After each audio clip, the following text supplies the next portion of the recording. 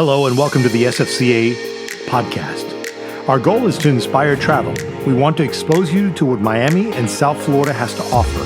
From Key Biscayne to Coconut Grove, South Beach to Calle Ocho and everywhere in between. Miami is a vibrant city and offers a wide array of popular attractions and venues. Come join us. Welcome everybody. Make sure that you're familiar with your chat feature. Summer is here. It feels like it's already early. I mean, I don't know, the time has changed. It's hot, hot, hot. Speaking of heat, how about those Miami Heat last night winning 3-0? Boston, bye-bye. As of tomorrow, if they win at 8:30, it's over. We're in the finals. Now, who do we play? Who knows? Tonight we'll find out. Although Denver's taking the lead, I don't know. LA couldn't pick up at the end. Also, the Florida Panthers are leading the conference finals 2-0. Their next game is tonight at 8 o'clock. So good luck to the Florida Panthers as well as the Miami Heat. With Memorial Weekend just around the corner, we do have the Hyundai Air and Sea show coming up in South Beach. We have more information on that, and we also have giveaways. Thank you for joining us. We truly appreciate your continued support on this, our 36th call, 3-year anniversary. I remember like it was yesterday, May of 2020, when we had the call first on with Rolando Aedo, the COO for the Bureau, as well as Ceci and Wendy, and we were looking at what the unknown was. And here we are 3 years later, bigger, better, and badder than ever. So thank you for everyone for joining us. Thank you, Andrew. Thank you, Ceci, for being part of the calls, last probably more than half of the calls. A special recognition to all of our sales teams, hotel managers, and support staff that are on the call. For those of you joining us for the first time, welcome. On this call, we share facts, figures, and stats on South Florida tourism. We also have some entertaining, informative facts that we hope you'll enjoy. I want to ensure that everyone's familiar with the chat feature. If you are, go ahead and say hello to us or good morning, just to make sure it works. We do have merchandise for you today because it's our birthday, kind of sort of celebration. We do have, it's all about the fours. We're going to be giving away 4 tickets to a soccer match of your choice. We're going to be giving away 4 tickets to the Air and Sea show, both Saturday and Sunday. So how you win? Very simple. All you have to do is focus on the presentation, listen to the question, be the first to give the right answer via the chat, and win. Now, you can only win once. If you win the first time, you'll be disqualified from many of the others because we want to make sure that everyone has an opportunity to win these amazing prizes. Good luck to all. Now, we introduce our panel.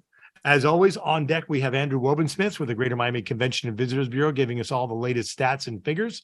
We also have Ceci Velasco with the Ocean Drive Association talking this weekend about what's going on Memorial Day weekend. And we just got a little news advisory last night for those of you up in the news or a news junkie like I am. The NAACP issues a travel advisory for Florida stating that it's hostile to Black Americans under Governor DeSantis. We'll just dabble on that one a little bit. We're not going to go too much into it.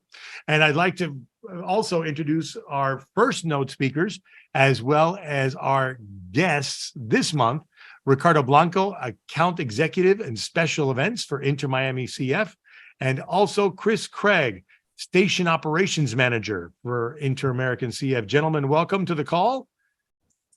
Thank you. Thanks for having us. Thank you. Thank you. Everyone's excited. We have already 82 on the call. We should be spiking up a little bit more shortly. Oh. Go ahead, Ricardo. If you want to open up your presentation, you're free to start whenever you're ready. Absolutely. Thank you so much. And good morning to everyone joining us from everywhere. I see a few different names of hotels here. First of all, Ricardo Blanco. I manage and I'm the account executive for all of the events that come through Inter Miami. As we know, Inter Miami is only 3 years old, so this is pretty nuanced in the event space. We haven't really done too many of the smaller style events. A lot of what I focus on, having had my background in soccer together with Christopher Craig here on the call, in FIFA and in CONCACAF, is bringing in a lot of the international sporting events and sporting games. So we've had the ability to host teams such as Argentina.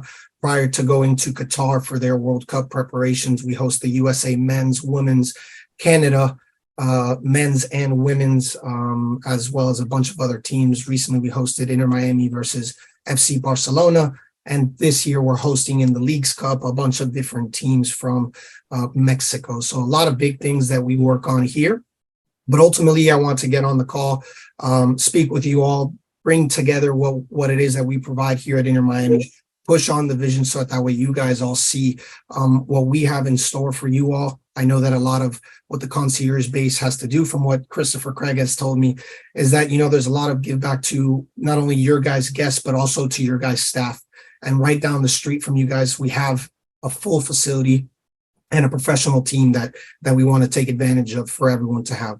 Okay, so a little bit about our facilities. We have a 19,000 person stadium, our stadium, Drive Pink Stadium up in Fort Lauderdale. For those of you that don't know it, it is our temporary stadium. I'm sure we'll get into a little bit about how we'll be moving down to Miami at Miami Freedom Park. So I'll wait until we get into that. We host every type of world-class event. We hosted recently the University of Miami Spring Game. We're going to announce soon, so you guys will hear it first. So confidentially, we're going to be announcing El Super Clásico from Colombia, which will be the two biggest teams from Colombia right now. They're actually 1 and 3 in their standings, Atlético Nacional and Millonarios, to play at our facilities July 8th. Okay. So a bunch of big events surrounding that. And then a big area that we utilize a lot with our hotels as a space for them to utilize when they, one, don't have the facilities, or two, for them to have outside meetings, is our Northwest Club. Our Northwest Club is a 2-partner area. It's indoor, outdoor. All the food and beverage is provided.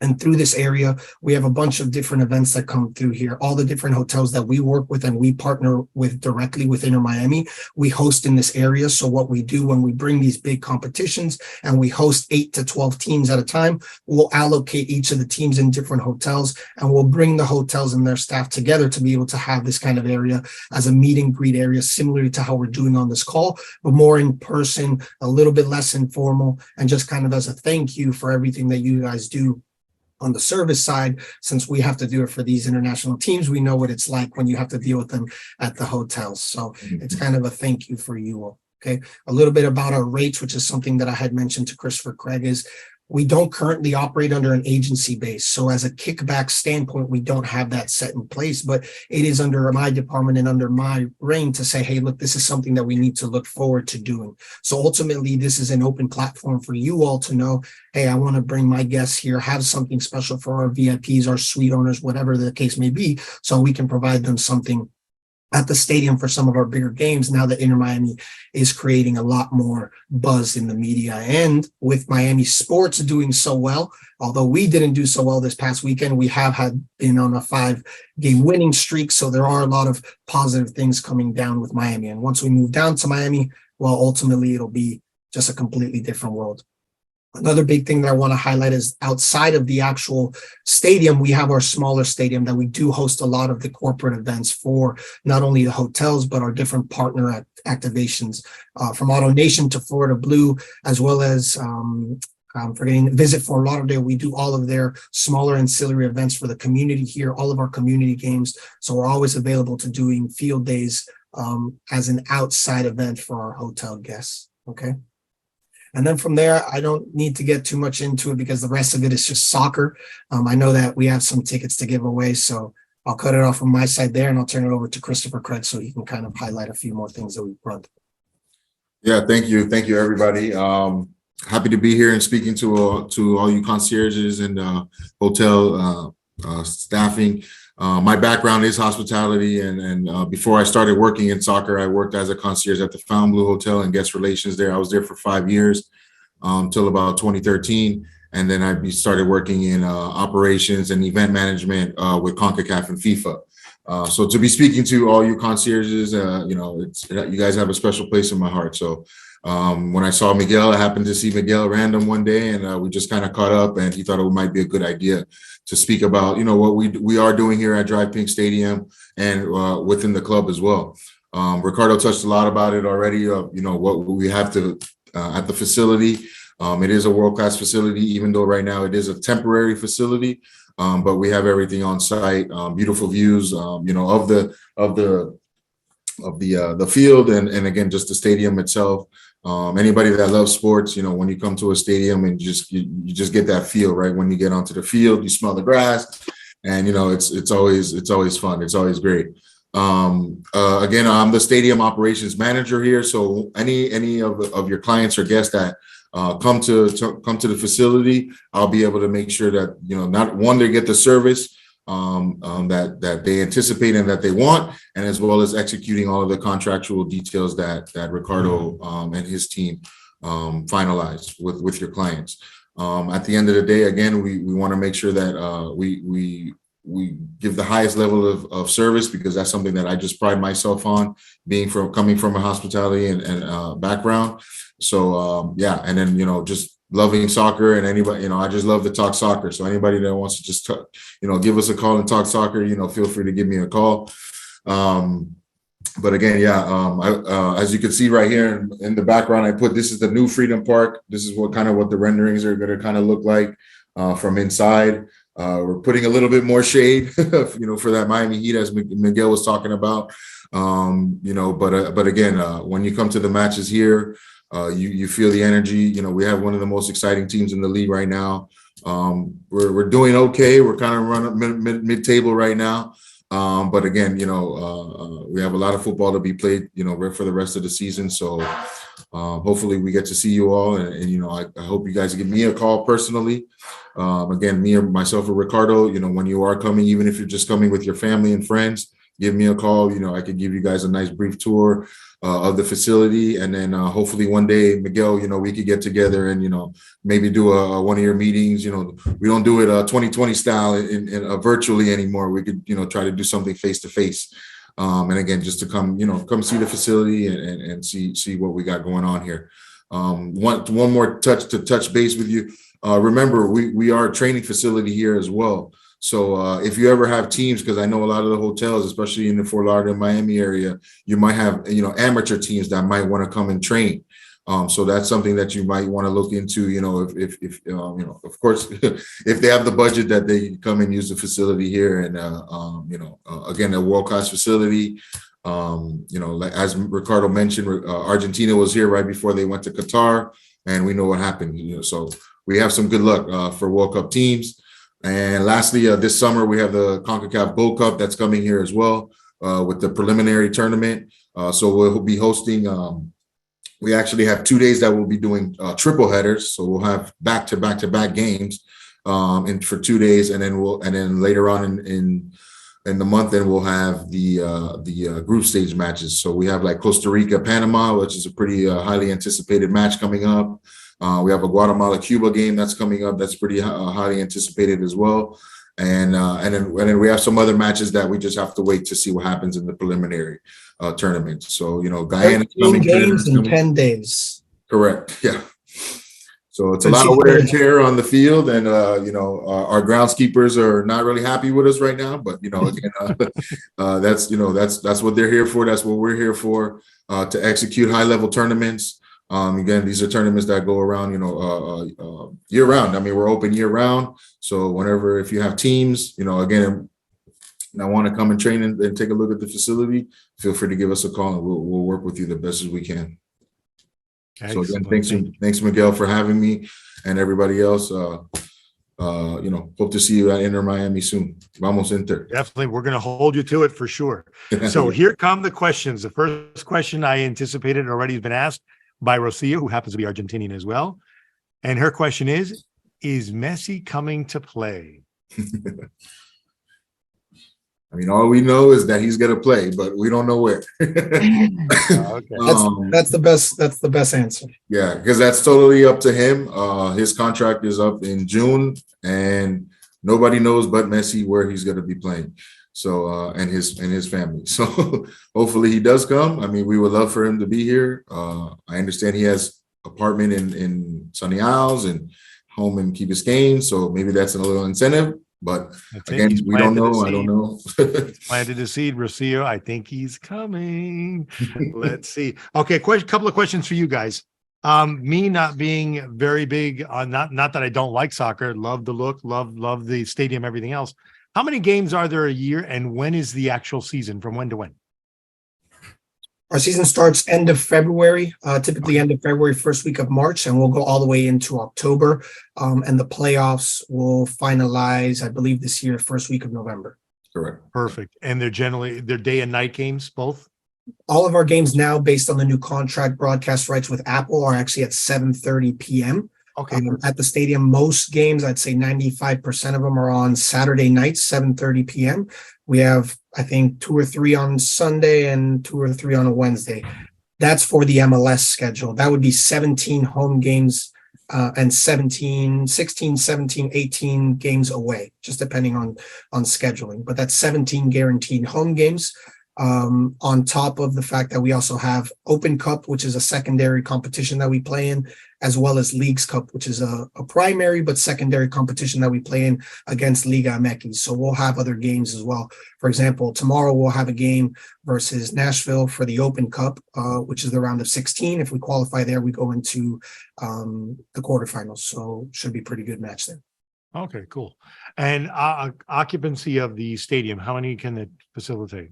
19,113 exactly is the amount of seats we sell. Wow.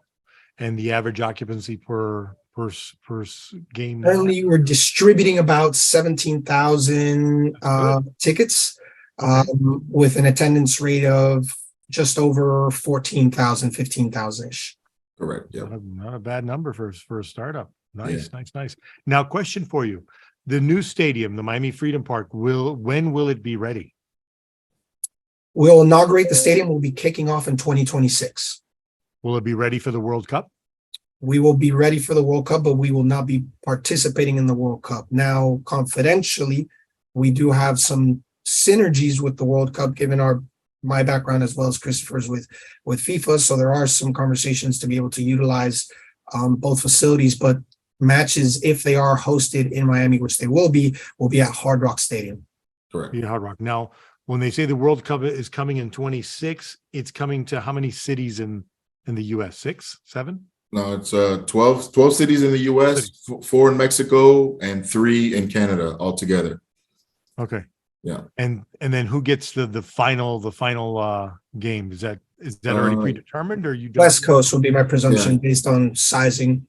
Correct. Yeah. FIFA hasn't officially announced it yet. I personally think it'll probably be SoFi Stadium in Los Angeles. If they want to keep it on the East Coast, it would be Giant Stadium, just because they hold over 80,000 people.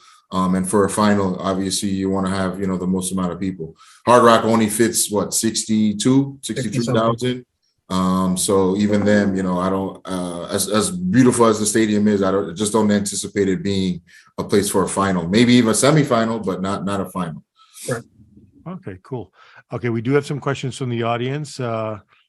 Hey, Jim, any news on opening year for the stadium for the Freedom Park? So you mentioned that 2026, early 2026? So we are anticipating 2025 of being at least 95% finalized, but inaugurating as far as Inter Miami kicking a soccer ball there will be 2026. So that way we're not kicking a soccer ball in 2 different stadiums in one season. And then outside of that, we might have some ancillary events in 2025 to build up the stadium a little bit leading into 2026. So I hope that answers your question, Wolfgang. Indeed. Now, James had a great question. Was what mass transit or specialized transportation is planned for Freedom Park? I'm sure that's still an ongoing project. We'd spoken about that earlier prior to the call. Correct, James. So some of those things we can and can't discuss. Specialized transportation, the best way I can put it, it's still early in conversations, but the best way I can put it is the synergies that we would have with ride shares. Ultimately, what we would look to do is have a platform where your ticket provides you free rides to the facilities. Now, public transportation is a very, very big thing. And as we've seen now, there is public transportation with the Metro Rail leading right and Metro Movers leading right into the airport, which would be on the backside of the facility. So we need to incorporate ourselves with the city as well as with the local transportation, and any partnership like we have currently with Brightline using maybe Uber, Lyft, ride shares, Alto, any of these to be able to partner and say, hey, look, I have a ticket to this game. I have a free ride there. That's what we want to do. Ultimately, the European model is what we want to look into, where if you think of Barcelona, you have 90,000 people walking to the stadium from the city. There isn't parking around there. You just live there. And that's something that we want to incorporate here as well. Yeah. And just to add to that, like even our owner, David Beckham, would say, any successful team that is successful has, a lot of people coming to their games. There's going to be traffic. regardless of where the stadium is, if it's in the middle of nowhere, you're still going to get traffic.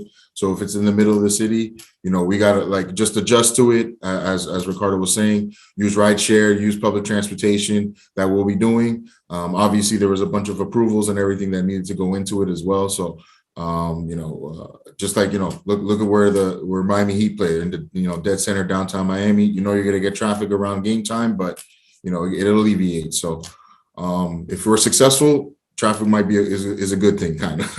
Yeah, there's traffic engineers that have to be part of the plan when you're building where we're building. I mean, it's a very delicate area next to an airport, next to one of the main highway arteries. So we are very cognizant of that. And there are a lot of, traffic engineers that are be working side by side with us to ensure that we provide the best solution, not only for the stadium, but for the city of Miami, and for Miami as a whole.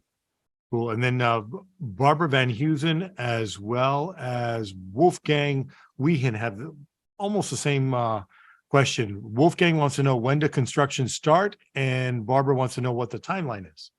So real soon, Wolfgang. That's final approvals, I believe, would be in the coming months. There's just some minor things that would have to happen. It can happen as soon as I would hope tomorrow, but there's just a few things that need to be worked out. Ultimately, it will happen this year.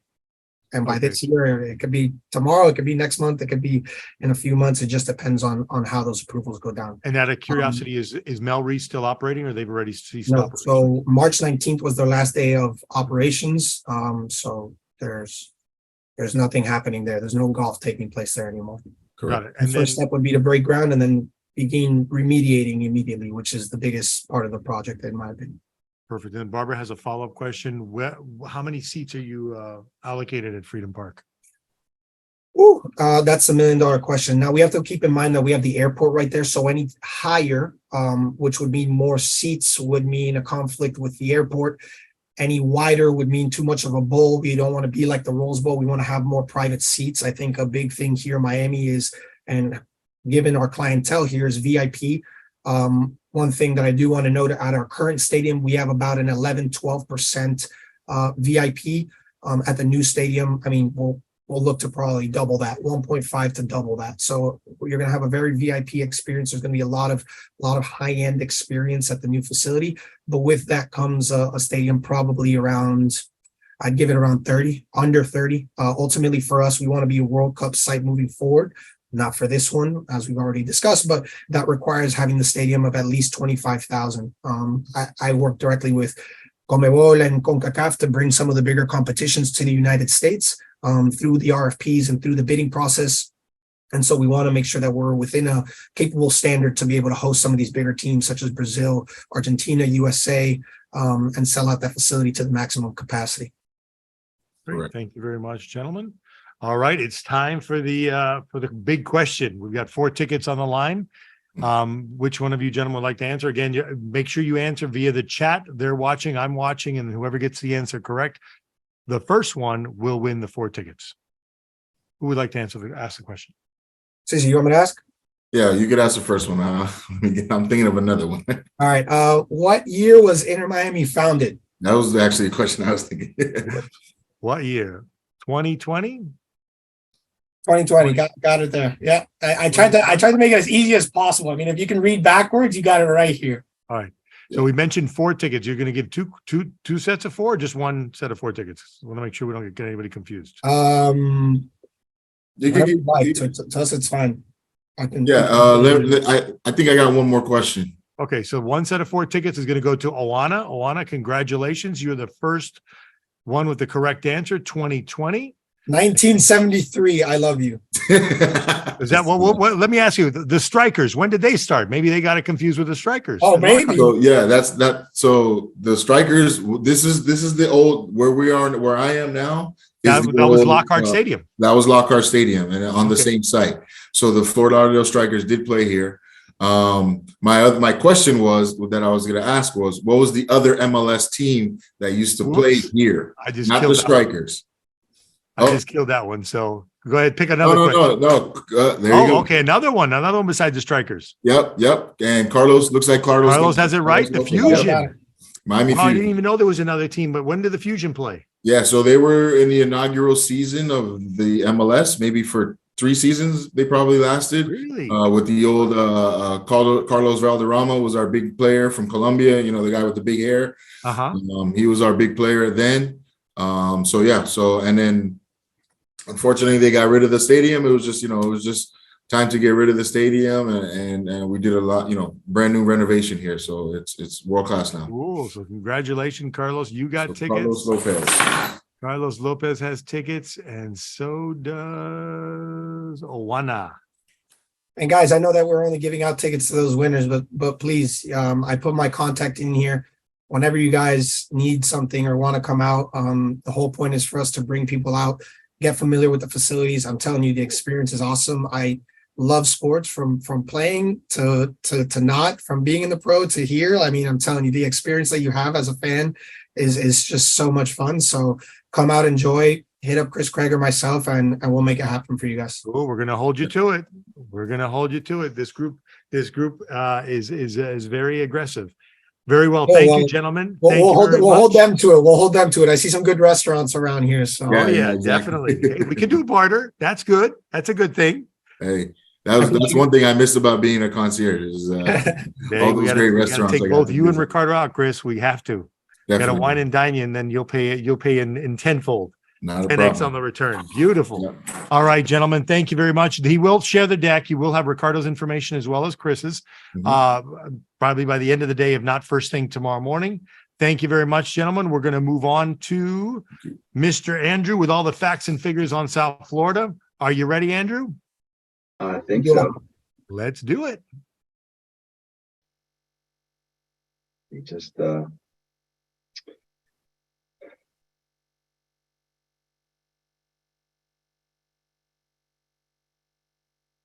it's Monday. What can I say? No worries.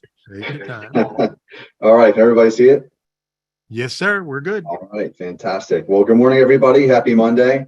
I'm worn out. I was thinking to myself, why are we always doing these things on Monday? Right. I just don't feel like I'm at my A game, but I do the best I can. And it's been a really busy month. And for some of you, you may have attended our state of industry meeting last week, and you may, this, maybe you don't, but I put a lot of that information together, and it takes me quite a bit of time. So it's a big relief every year when we get this done and get this out there. And you can always find our industry report on our website. I compile information from our visitor research, hotels, so on and so forth. And we talk about the year and how well we did the prior year. So I'll actually talk about that for a moment before we switch on to some of the more recent stuff about what's going on in our economy, as well as what we see going on here in our industry as well. So let's start out with a little bit of recap. If you were there last week, you may have seen this. If not, well, here you go.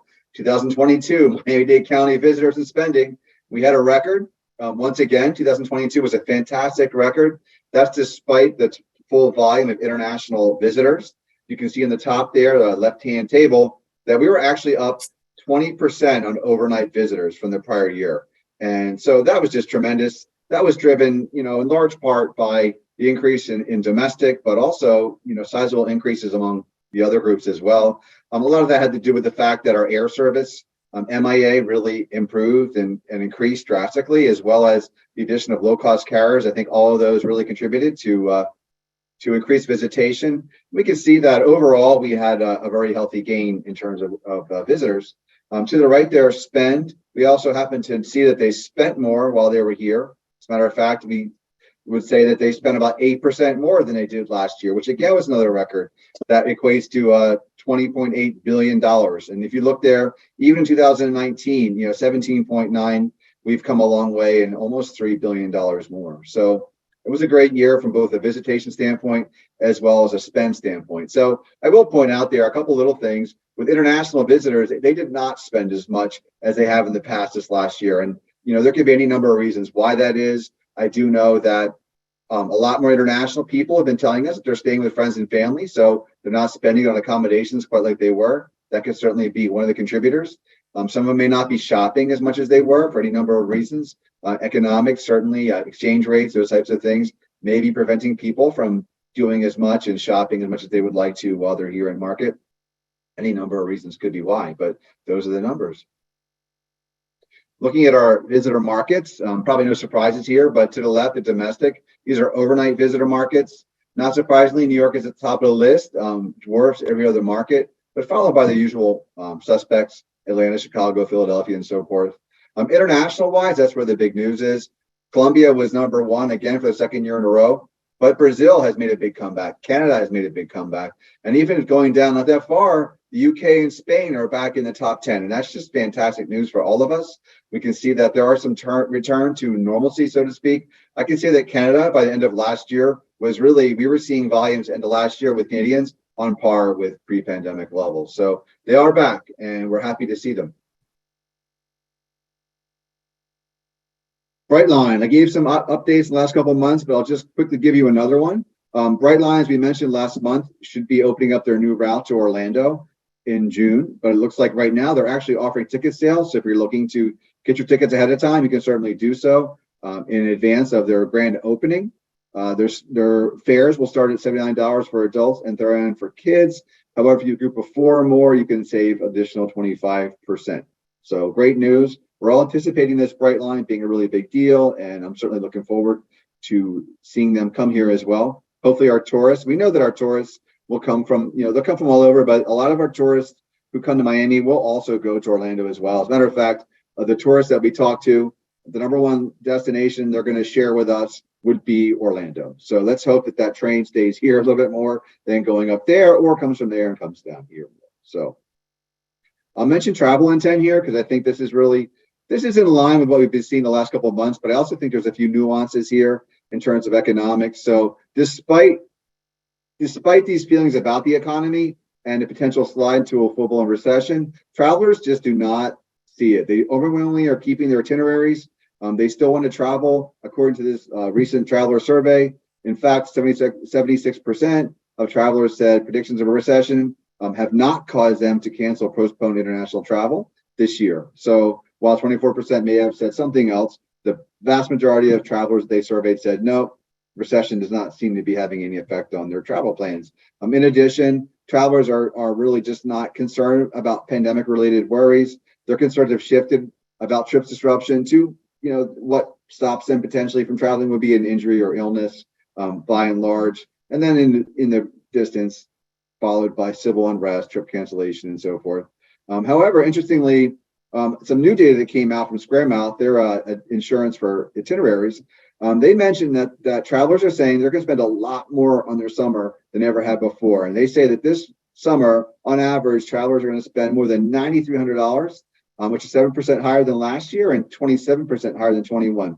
However, interestingly, the reason they say this is really the case is not because they want to step it up or maybe get a more expensive hotel or do something different. It's inflation and it's overall rising cost of travel. Those are reasons why people are expecting to spend a lot more money. So, and I'll mention here at the bottom this quote: whether travelers disbelieve an economic slowdown is looming or adopted a post-pandemic determination to travel while they can, they're brushing aside recession hesitation and keeping their plans to travel internationally. So I think that really sums it up. People are just not fazed by potential slides into recession.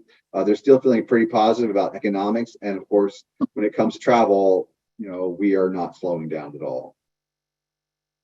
This article is from February. As you know, I'm always pulling out articles that are very recent. This one is not as recent. It's from February, but I thought it was really interesting because it really headlines what we've been talking about for quite a while. And as they said in this article, can't figure out this economy? Well, Walmart, Home Depot are having trouble too. And so as we know, Walmart and Home Depot are huge retailers, and what goes on there is very likely going to be big in terms of what goes on in our economy. And of course, both are goods centered. We're saying back in February that they do not anticipate this year to be a very good year. Consumer spending, for the most part, started out strong at the beginning of the year, but both retailers are saying that they predict that they're either going to be very low on growth or they're going to be flat. So that's interesting that both these retailers seem to feel the same way. And again, they're citing the reasons really just worried about the Federal Reserve in terms of changing their rates to cool the economy. And that's really why they have to change their rates, obviously. However, they're concerned about a recession. Home Depot says that they believe that high home equity will prop up this demand for a while, but eventually pressures from inflation and interest rates will squeeze harder. And again, a comment below, the consumer is resilient right now. The consumer is still spending, but not quite as much. This is important. And actually, as you folks know, every month I go through a lot of content to And what I really like to do is I try to find different sources of information that sort of triangulate each other and tie together. And when I see these different trends, I pull them out, and I could put together, 20 different articles. We don't have time for that. But, the ones that I put together, I think are all sort of step and are related. So boxes. I heard about this study recently. I had to look it up. Box shipment trends are very weak. Retail sales declining. Well, boxes are kind of important, right? They are saying that the box sales from over 30 box makers are down. And Q1 results from the third largest North American container board producer, Packaging Corp of America, said their sales are down 13%. And then in their words, this is what really kind of grabbed me, a decline as severe as during the depths of the great financial crisis. And if you look here, its shipments were down a virtually identical percentage to the first quarter of 2009. That pretty little chart to the right really threw me off. And so they're really saying that a lot of this is driven. I mean, box demand is a great coincident economic indicator, because obviously if you're buying goods, chances are these goods are being put into boxes. So when they're making less boxes, it would imply that there are less goods being sold. And so what they're saying here is that these goods are just not being sold. We know that during the pandemic, with all this money that people had on hand, they were buying a lot of goods, but now it's just the opposite is that, and they are just simply not doing that. And who carries those boxes? UPS carries those boxes. And again, UPS, they just issued last week a downbeat outlook for their shipping volumes. Their shares tumbled after they mentioned this. They said they're forecasting their first decline in annual revenue since 2009. Where did we just see that? The last slide. So right in line with box sellers, UPS is saying we're going to be moving less boxes. It's about sagging consumer spending. They're saying that U.S. retail sales of UPS fell. I can't speak today. At the beginning of this year, and again, they cite higher interest rates. And the only way they're really able to keep a profit right now, or trying to keep a profit right now, I should say, is increasing their revenue, which of course we all feel from prices going up.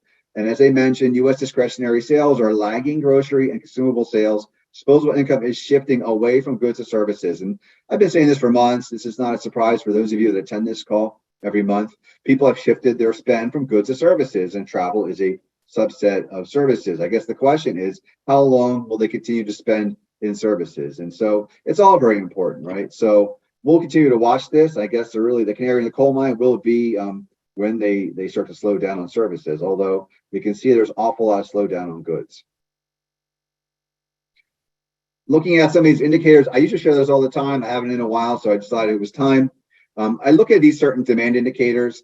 I look at the daily number of passengers coming through our airport. I look at the number of hotel rooms sold. I look at the volume of seated diners at open table restaurants. This data, a lot of it's openly available on the web, but I turn it into an index so you can see where we've been going this month. So as you can see, these lines, the first one at the top was hotel. Hotel demand was really strong at the beginning of this month, and we probably know why. This represents a year-over-year percent change. Just want to throw that out there. So really with hotel, we went high in the beginning of the month. Formula One was really the reason why, but we have seen that since then, there has a shift been below the waterline. And as you can see also with air and dining, both of them are below what it was last year. Really, particularly in the dining, looking at open tables data, this may not represent all restaurants, but certainly open table. You can see there that they've been hovering between 80 and 90% of last year. So certainly not that strong. Again, what does this mean? This means that we're certainly not as strong as last year. Last year was a record year. We'll give it that. We're comparing year over year, but I'm going to share this with you folks, and you can make whatever determination you want out of this. So I'll share with you STR's their forecast from back in February. What I did is I shared their forecast for the first 4 months of this year, as well as how we actually did. I think this tells us something here. We can see that occupancy, generally speaking, did really well. We performed at or above for the most part in occupancy this year, but it's our ADR that has slid a little bit. And you can see that in that second set of columns, that F being forecast, A being actual. I just did the percent, not even percent change, just a simple up or down. And you can see that rates did not quite hold. They're not particularly really low, but they have not hold what STR said they would. And of course, corresponding RevPAR would say the same.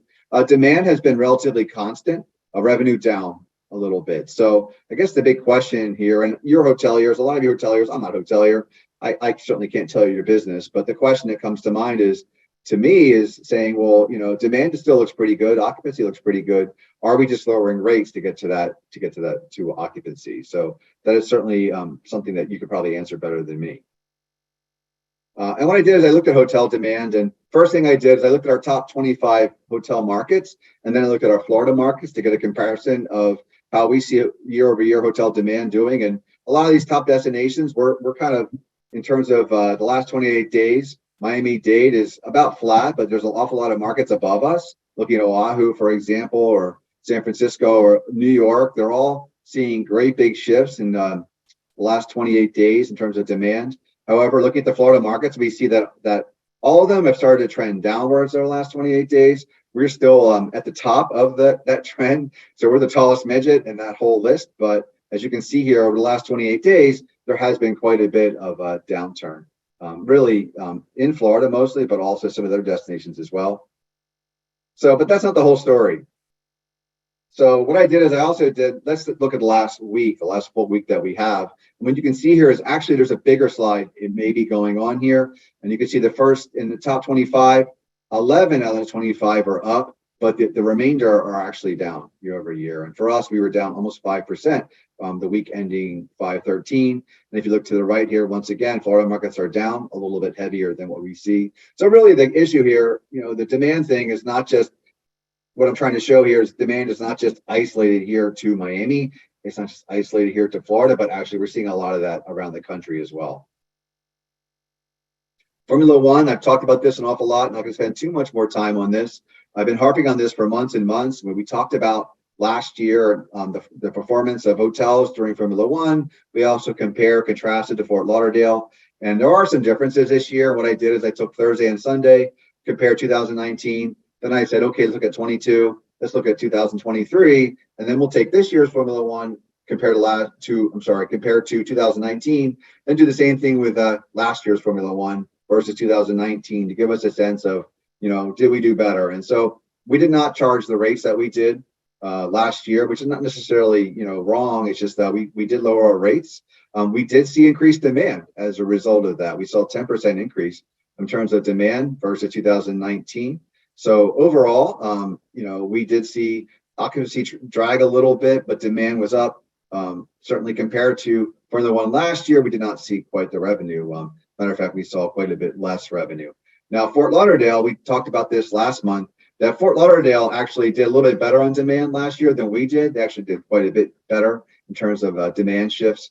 They certainly don't charge the rates that we do, but we look at Fort Lauderdale a lot because they are competitors. So, overall, they were able to actually shift their demand as well, but also increase their gross revenue a hair, but they certainly didn't go down. So speaking of rates, I just wanted to share the 52-week trend for Miami-Dade County, as well as Miami Beach and downtown. What we can see here, that dotted line being last year or the year before this last 52-week period.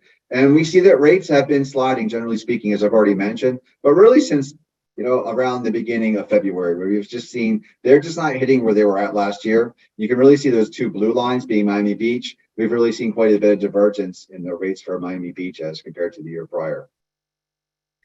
Looking at this 90-day outlook here, again, I share these charts all the time. I think they're quite honestly the best charts that we can share in terms of where we think we're going.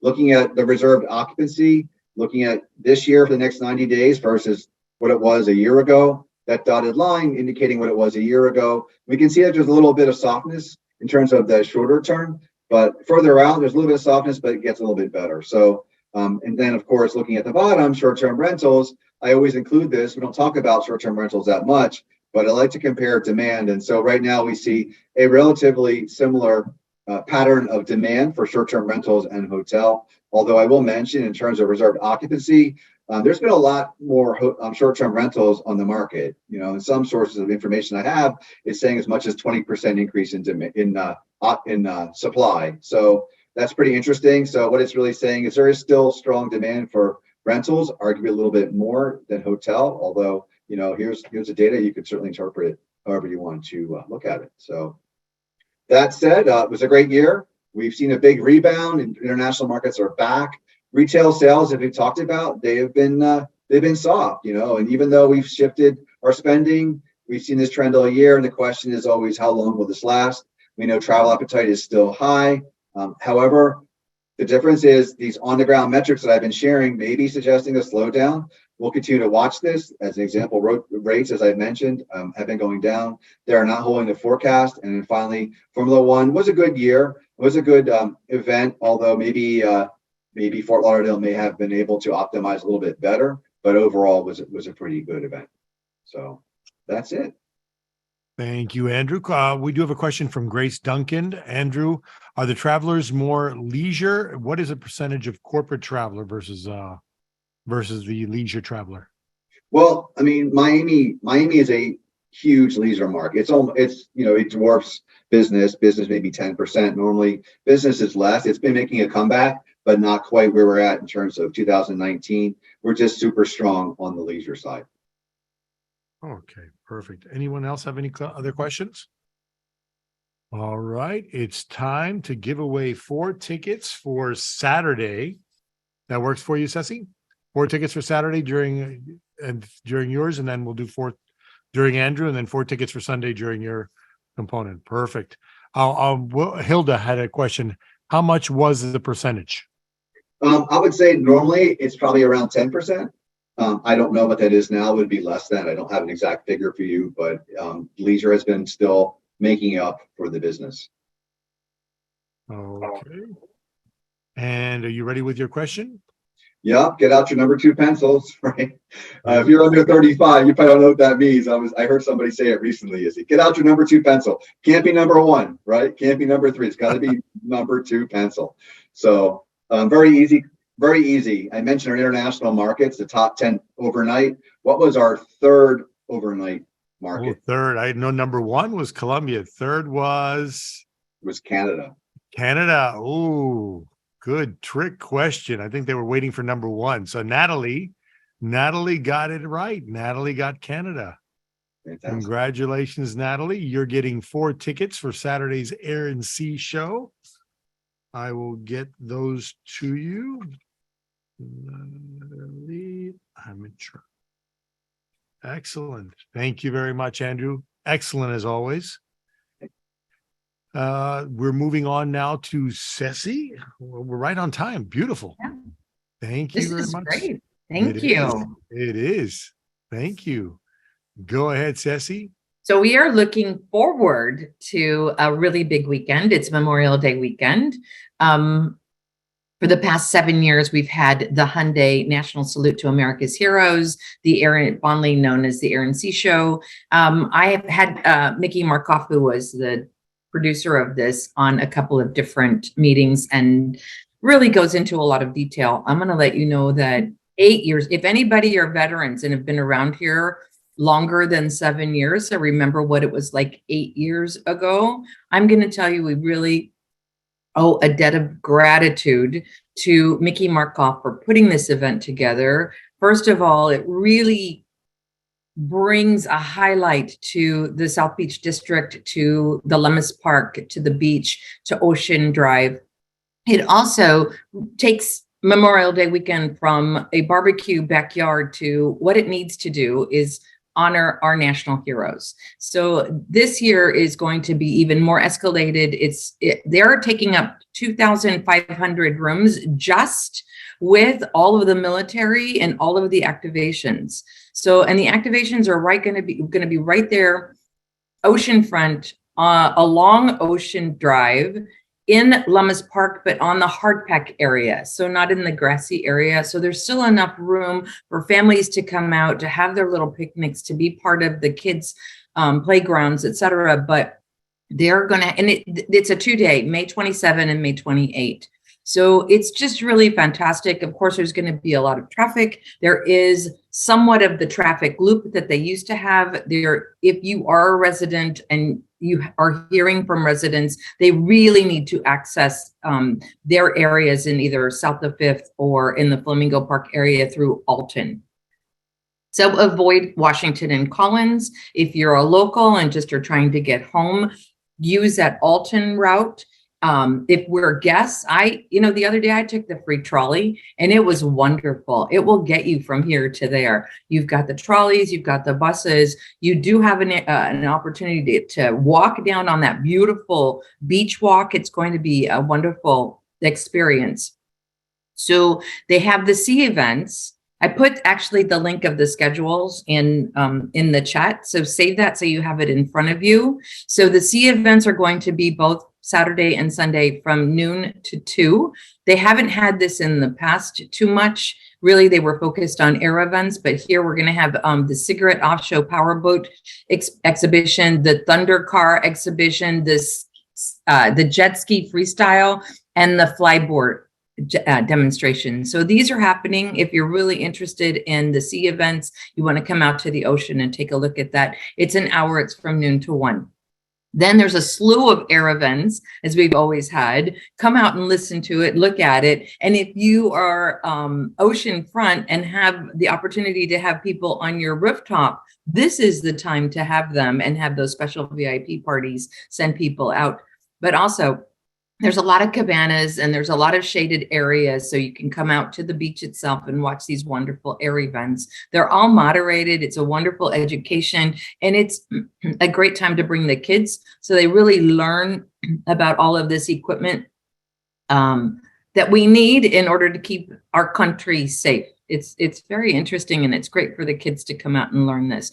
Also realize that this is a recruitment exercise for our military. So this is the reason they're able to come out in full force and do this for us.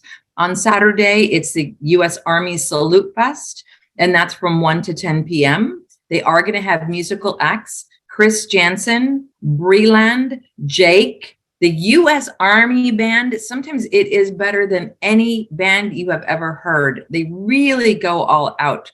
They're going to have a drone light show, and they will have fireworks. You can see fireworks from a long way away. Come out and watch the fireworks. It's always spectacular to be on South Beach when they're having fireworks. I'm so excited about this. They're going to have a concert Sunday night from 6:30 to 9. It's a music explosion. It's going to feature music stars Big and Rich, Save a Horse, Ride a Cowboy, the U.S. military bands, and the Veterans Florida Fireworks, again, extravaganza. So it's just going to be a beautiful experience. It's very family friendly. Again, this is an opportunity where they have taken a 3-day weekend that was troublesome to Miami Beach and has made it flourish, and it's family friendly. And more than that, they take up a lot of our hotel rooms. We have over 20,000 hotel rooms in the city of Miami Beach, a lot of smaller hotels concentrated in the South Beach area.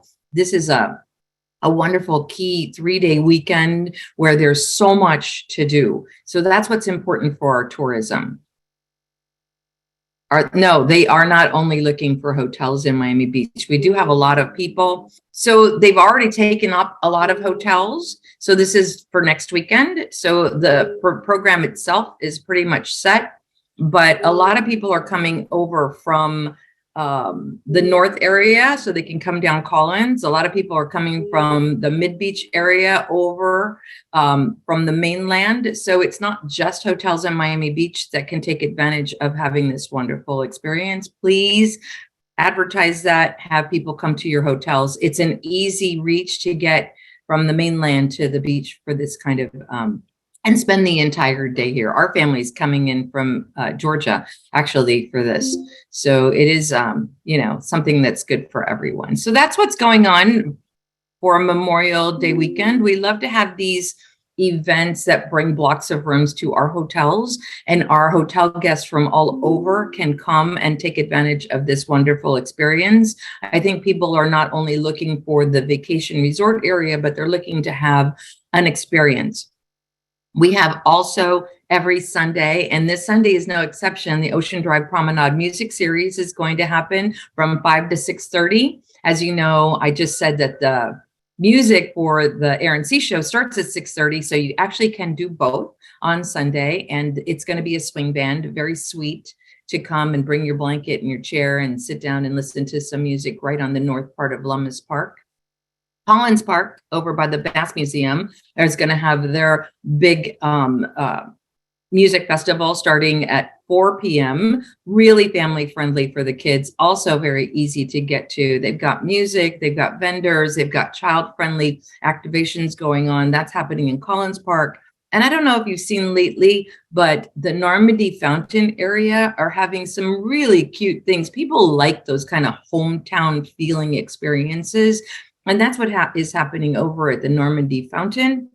And then, of course, we have the Miami Beach Band Shell that has a whole series of concerts that's going on. Again, easy to get to. It's the only band shell that still exists. There used to be 3 or 4 of them in Miami Beach. So this is the Miami Beach Band Shell. They just had the psychedelic burst. So very eclectic and different types of things that you can send your guests to. So they have things to do while they have their stay here on Miami Beach. We do see the restaurants are down. We do see that occupancy is down. We are feeling it, just like Andrew kind of mentioned. Last year was a boon. So we want to make sure that people here are getting the most value for being here and that they walk away with a wonderful experience so they'll continue to come back. We're seeing more culinary enhancements so that will attract people to come and stay and eat here. So you'll see that there's more chef experiences in some of our smaller hotels that will attract more people that will come stay and eat on Miami Beach. So with that, I think we're in good shape, right, Miguel? Yes, we are. Ready for the question? We're going to do a question. The winner of the question, Ceci will be posing the question. You answer on the chat. You get 4 tickets to Sunday's Air and Sea show. All right. Well, yeah. So here we go. We've got a lot of music going on for the Air and Sea show. What is the big featured star? It's a country music. Boom. Big and Rich. Big and Rich. Big and Rich. Nicole Amadon. Nicole, congratulations. Yeah, Big and Rich. I'm going to be there in a big way. I'm from Southern Illinois. I don't know if you knew that. So. Oh, cool. Yeah, I'm from Southern Illinois. So I'm going to Big and Rich. That's going to be great. Excellent. All right. Excellent. Great. Thank you very much, Ceci. Great information. Thank you very much. Looking beautiful as always. And congratulations, Nicole. Let me get to my show notes. Listen, Miguel, I just want to thank you for doing this. I know we're celebrating our anniversary, and just thank you for inviting me every single month to do this. I'm really happy to share information, and you guys are just the backbone of everything that we do. Like I said at the panel where you invited me to speak, people want that personal experience. They want to sit down. They want to talk to a concierge. They want to get the best out of their vacation, and you guys make it happen. So I really want to thank you for inviting me every month and for everything that you all do as concierges. Thank you, Ceci. Thank you very much. Very special thank you to our special guests, Ricardo and Christopher from Inter Miami. Very special thank you to our Constance. And these are I think, honestly, this is the reason why they don't come to hear me. They come to see and hear Andrew as well as Ceci with all the information. Special congrats to Carlos, Oana, and Natalie, as well as Nicole for your winning prizes. We'll get those out to you. Carlos and Oana, I know you're already in contact with Christopher and Ricardo. Natalie and Nicole, we will be in contact with you for your tickets for Saturday and Sunday. Remember, May is Mental Health Month. Everyone you meet is fighting a battle you know nothing about. Be kind always. It costs nothing, but goes a long way. See you next time. We're going to have Brightline on the June call, as well as Ceci, as well as Andrew, and many other great things. God bless. Have a great Memorial Day weekend. Belated Happy Mother's Day. Enjoy the rest of your May, and I will see you in June. Take care. Bye-bye. Our goal is to inspire travel. We want to expose you to what Miami and South Florida has to offer. From Key Biscayne to Coconut Grove, South Beach to Calle Ocho, and everywhere in between. Miami is a vibrant city and offers a wide array of popular attractions and venues. Come join us.